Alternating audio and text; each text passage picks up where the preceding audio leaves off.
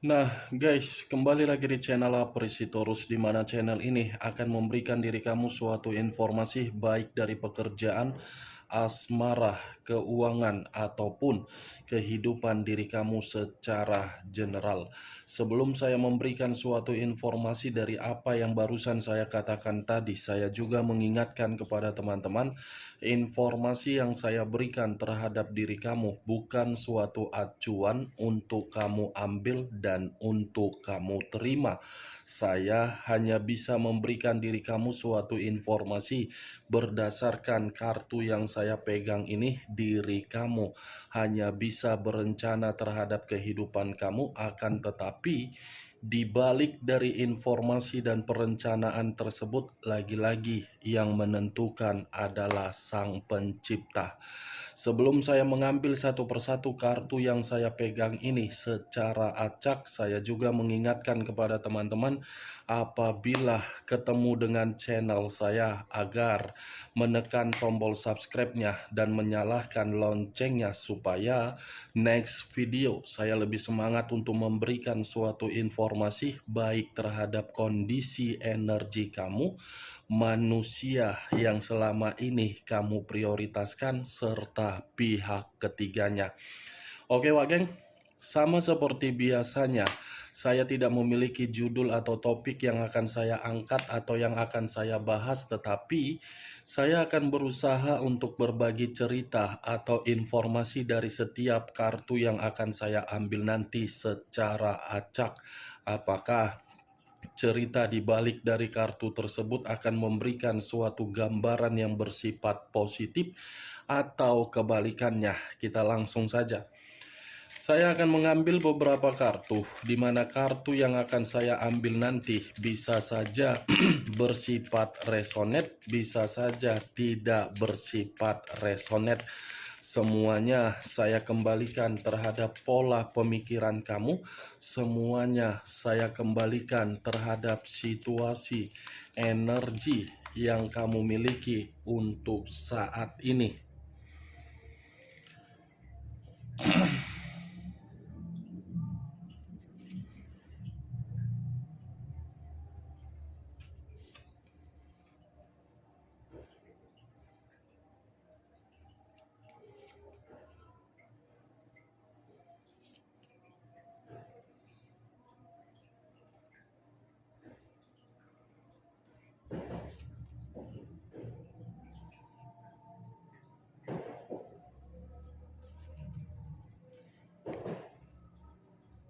Nah, guys, di depan saya ini sudah ada beberapa kartu yang sudah saya ambil secara acak satu persatu dari tumpukan kartu yang saya pegang tadi.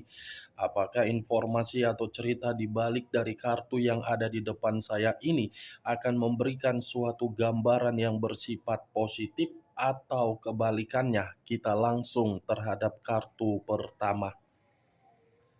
Muncul kartu ini.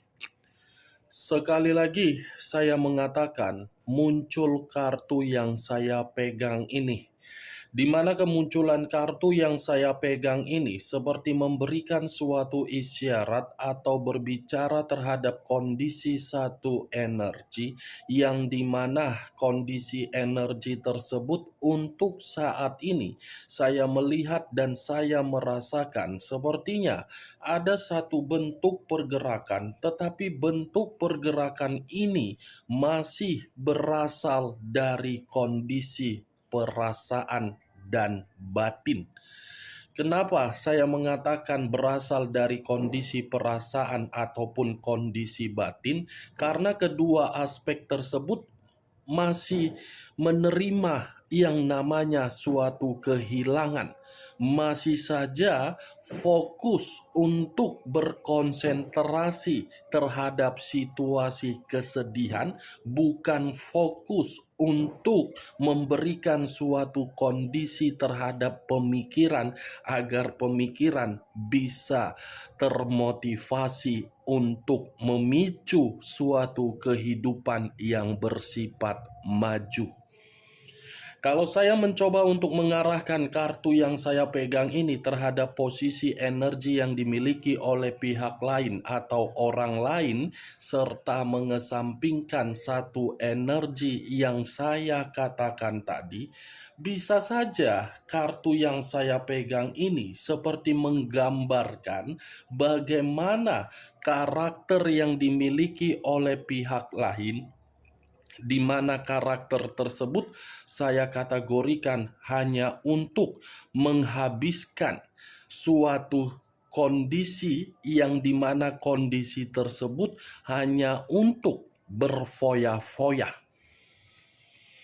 Apa yang barusan saya katakan bisa saja mengarah terhadap posisi energi kamu, dan apa yang barusan saya katakan bisa saja mengarah terhadap manusia tersebut. Akan tetapi, sebelum saya memberikan suatu informasi terhadap kemunculan kartu yang saya pegang ini, terlebih dahulu saya akan mengarah terhadap diri kamu sebelum saya mengarah terhadap manusia tersebut.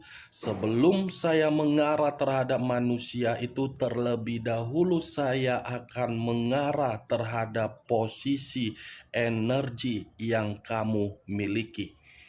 Di mana ketika diri saya mengarah terhadap posisi energi kamu, baik secara pemikiran, perasaan, ataupun kondisi batin kamu, dari ketiga aspek yang barusan saya katakan tadi, saya ingin bertanya terhadap diri kamu untuk saat ini. Hanya sekedar ingin bertanya, bukan untuk menyudutkan diri kamu, menghakimi diri kamu, bahkan menyalahkan diri kamu. Sejauh kamu melakukan suatu perjalanan komitmen, apakah komitmen itu sudah benar-benar membuat diri kamu tidak bisa mengendalikan kondisi keuangan kamu? Sekali lagi, apakah diri kamu ketika menjalankan suatu perjalanan komitmen, diri kamu tidak bisa mengendalikan kondisi keuangan kamu? Pertanyaan yang barusan saya katakan tadi, Wak Geng, cukup kamu yang mengetahui dan cukup kamu yang memahaminya. Tetapi bagi saya, kalau saya lebih mendalam untuk melihat situasi yang saya katakan tadi, sudah cukup jelas bagi saya diri kamu terlalu boros. Diri kamu terlalu memberikan apa yang diminta. Diri kamu seakan-akan selalu membuat manusia itu seperti duduk di atas kursi singgasananya, di mana ketika duduk di atas kursi singgasananya, dia merasa seperti terbang di atas awan. Ketika manusia itu terbang di atas awan, tidak memperdulikan bagaimana situasi kamu, yang diperdulikan apa yang harus kamu berikan. Coba kamu satukan pertanyaan saya tadi terhadap kondisi keuangan kamu untuk saat ini. Bagaimana kondisi keuangan kamu untuk saat ini? Apakah stabil atau tidak stabil? Kalau memang kondisi keuangan kamu dalam kondisi yang stabil, puji Tuhan. Tetapi kalau memang kondisi keuangan kamu tidak stabil, itu akibat diri kamu terlalu mengiyahkan apa yang diminta oleh manusia tersebut. Setelah royal, setelah boros, setelah kamu memberikan, apa feedback yang kamu dapatkan dari orang tersebut? Apakah manusia itu masih berada di samping kamu, atau mungkin manusia itu sudah pergi setelah mendapatkan keuangan dari diri kamu? Entah, jangan-jangan komitmen yang kamu jalankan sehingga manusia itu mau bersama dengan diri kamu karena diri kamu lebih mengutamakan manusia itu lebih makmur daripada diri kamu mengutamakan diri sendiri. Coba tarik secara logika, komitmen seperti apa yang kamu jalankan kalau di awalnya sudah berkaitan terhadap materi? Komitmen seperti apa yang kamu jalankan kalau komitmen itu sudah diawali dengan situasi kamu yang terlalu royal? Memberikan manusia itu kenyamanan? Tidak perlu. Memberikan manusia itu suatu ketenangan? Tidak perlu. Tidak perlu. Karena orang yang kamu berikan dari sikap keroyalan kamu bukan membuktikan bahwasannya manusia itu bisa menghargai diri kamu untuk saat ini. Tidak ada diri kamu dihargai, hanya kondisi keuangan kamu yang dihargai, selebihnya tidak ada. Itu dia. Kalau memang perkataan saya ini kamu membenarkan ketika kamu menjalankan suatu komitmen di mana komitmen tersebut kamu yang terlalu royal. Kalau saya berbicara dari sisi lainnya, Wak Geng, di luar dari pembicaraan komitmen yang saya katakan tadi, ataupun di luar dari suatu ikatan yang jelas yang pernah kamu jalankan, coba next time, kendalikan keborosan kamu. Coba kendalikan tingkah laku kamu dari apa yang diperlihatkan oleh kedua mata kamu. Karena yang saya takutkan untuk kedepannya, kalau kamu masih membiarkan pergerakan energi kamu ini untuk memberikan suatu keborosan di dalam keuangan kamu, apalagi ini adalah momen-momen situasi perayaan besar, yang saya takutkan diri kamu yang akan merana. Bukan dalam arti saya tidak menyuruh diri kamu untuk tidak memberikan berbagai cara dalam perayaan besar. Tetapi memang situasinya yang membutuhkan kondisi keuangan untuk saat ini adalah diri kamu, bukan orang lain. Kendalikan karakter kamu yang dimana diri kamu membuang kondisi keuangan kamu terhadap situasi yang tidak penting. Saya mencoba untuk memperingatkan diri kamu.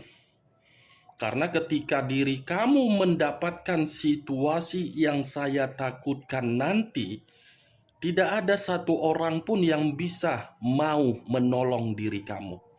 Tidak ada yang mau memperdulikan kamu. Jangan sampai apa yang saya katakan terjadi terhadap diri kamu untuk selanjutnya. Kendalikan. Apa yang barusan saya katakan itu masih berdasarkan dari pergerakan energi kamu, belum acuannya dari kartu yang saya pegang ini. Kalau kartu yang saya pegang ini sebagai acuan terhadap posisi energi kamu, saran saya cuma satu. Jangan terlalu sering untuk menunda-nunda kalau memang diri kamu memiliki satu perencanaan. Jangan terlalu sering menghambat pergerakan pemikiran kamu kalau memang pemikiran kamu ingin memulai suatu tujuan untuk mendapatkan kehidupan baru. Jangan, nggak begitu konsepnya. Konsepnya terima dari kondisi pemikiran yang positif ataupun yang negatif. Sekalipun saya mengatakan jangan biarkan suatu pemikiran yang negatif masih berada di dalam pemikiran kamu, setidaknya pemikiran negatif itu masih tetap kamu tanamkan agar pemikiran kamu tidak lagi berorientasi terhadap orang yang memberikan diri kamu berbagai toksik. Kartu pertama yang saya pegang adalah kartu Page of Pentacles. yang terdiri dari satu koin. Seseorang yang memegang satu koin. Koin yang dipegang ini bisa menggambarkan situasi kebodohan dan bisa menggambarkan pergerakan energi yang positif. Pergerakan yang positif, saya katakan, jangan menunda segala sesuatu kalau memang diri kamu ada niat untuk melakukan. Karena niat kamu itu akan memberikan diri kamu suatu tujuan dan akan membuat diri kamu mendapatkan apa yang kamu inginkan. Ketika saya mengatakan tadi diri kamu untuk mengendalikan kondisi keuangan kamu, itulah yang saya kategorikan sebagai kebodohan kamu di masa lalu. Satu koin. Jangan sampai satu koin ini kamu ulang terhadap situasi kedepannya dengan kebodohan kamu yang terlalu boros. Page of Pentacles. Sampai di sini bisa kamu pahami secara logika kamu, Wak Geng? Ya, kalau menurut diri kamu perkataan saya tadi bisa masuk secara logika kamu, silakan angkat. Tetapi kalau memang diri kamu tidak bisa menerima perkataan saya tadi secara logika, semua kembali terhadap pola pemikiran kamu. Setidaknya saya mencoba untuk memperingatkan diri kamu dari kemunculan kartu yang saya pegang ini. Untuk kali ini, saya tidak mau membahas bagaimana posisi pergerakan energi si mangkuk tepung terigu, si mangkuk tepung tapioka tersebut. Saya ingin lebih membahas tentang pergerakan energi kamu dari kemunculan kartu ini. Ini yang ingin saya bahas. Kita lihat kartu berikutnya. Muncul kartu Four of Swords. Four of Swords terdiri dari 4 pedang. Kalau saya mencoba untuk menarik satu pedang dari keempat pedang yang barusan saya katakan tadi, satu pedang yang saya tarik ini seperti memberikan suatu gambaran yang dimana gambaran tersebut terhadap perkataan ketika saya mengatakan diri kamu harus bisa mengendalikan kondisi keuangan kamu untuk kedepannya. Bukan hanya kondisi keuangan yang harus kamu kendalikan untuk kedepannya terhadap kemunculan kartu kedua ini. Kondisi kesehatan pun harus bisa kamu netralkan. Kamu netralkan. Four of Swords akan membuat diri kamu menerima suatu beban yang begitu sangat berat ketika diri kamu tidak bisa mengendalikan keuangan kamu untuk kedepannya.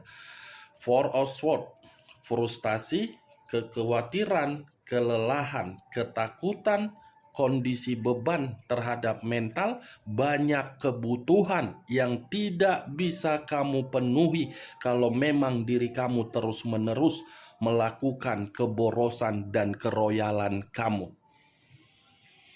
Nih, Dewa Geng. Berarti secara tidak langsung, kedua kartu yang saya pegang ini bukan lebih mengarah terhadap kondisi perasaan kamu, tetapi mengarah terhadap kondisi keuangan kamu. Muncul kartu Seven of Pentacles. Terdiri dari 7 koin.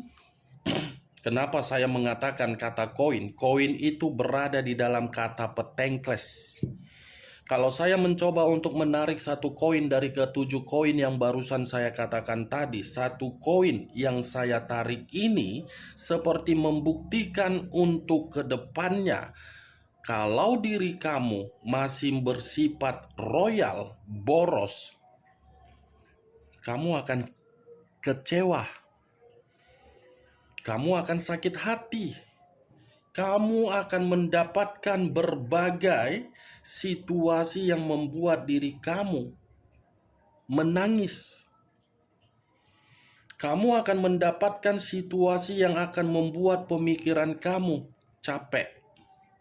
Akan ada kegagalan dari kondisi keuangan kamu dan akan ada suatu kemunduran dari upaya ketika diri kamu mengendalikan kondisi keuangan kamu kalau kamu masih boros. 7, Wak geng, ini kartu koin. Ini kartu koin. Kartu pertama materi, kartu ketiga materi. Jangan sampai kartu kedua ini membuat diri kamu merasa apa? Lelah. Ya, Wak geng. Muncul kartu 5 of Swords, 5 pedang. Terdiri dari 5 pedang. Kalau saya mencoba untuk menarik satu pedang dari kelima pedang yang barusan saya katakan, satu pedang yang saya tarik ini seperti menggambarkan situasi kamu untuk selanjutnya dari kondisi keuangan kamu. Kalau masih saja memberikan situasi keborosan atau keroyalan, kamu yang akan menderita. Kamu yang akan menderita, kamu yang akan malang, kamu yang akan menerima berbagai konflik, kamu yang akan menerima berbagai pertengkaran, kamu yang akan menerima berbagai perselisihan. Kendalikan. Karena dibalik dari apa yang barusan saya katakan, keempat kartu ini pun seperti menggambarkan ada seseorang yang akan datang terhadap diri kamu, di mana kedatangan seseorang ini tidak usah harus kamu percayai. Karena kedatangan seseorang ini bukan bersifat positif untuk saya lihat, tetapi bersifat negatif karena memang tujuannya untuk membuat kondisi keuangan kamu semakin habis dan kamu akan menerima suatu kemiskinan. Muncul kartu 8 pedang. Terdiri dari 8 pedang. Kalau saya mencoba untuk menarik satu pedang dari ke-8 pedang yang barusan saya katakan, satu pedang yang saya tarik ini seperti memberikan suatu gambaran yang dimana gambaran tersebut akan ada situasi berbagai tekanan yang akan kamu dapatkan kalau kamu mempercayai seseorang yang akan datang terhadap diri kamu untuk selanjutnya. Nih, kamu akan berada di dalam situasi yang penuh dengan kondisi terkurung. Kamu akan mendapatkan situasi yang dimana situasi tersebut akan membuat diri kamu terpenjara. Kamu yang memiliki keuangan yang kamu miliki akan membuat diri kamu berada di dalam situasi yang benar-benar mengharuskan diri kamu tertekan. Saya berbicara dari apa yang barusan saya katakan tadi, Wak geng, bukan dalam arti saya ingin menyudutkan diri kamu atau memberikan diri kamu suatu sugesti, tetapi berusaha untuk memperingatkan diri kamu agar diri kamu itu paham di mana posisinya. Itu dia. Dan saya memperingatkan diri kamu, bagi saya tidak ada keuntungan karena saya tidak mengetahui bagaimana ciri khas wajah kamu, bagaimana karakter kamu, saya tidak mengetahui.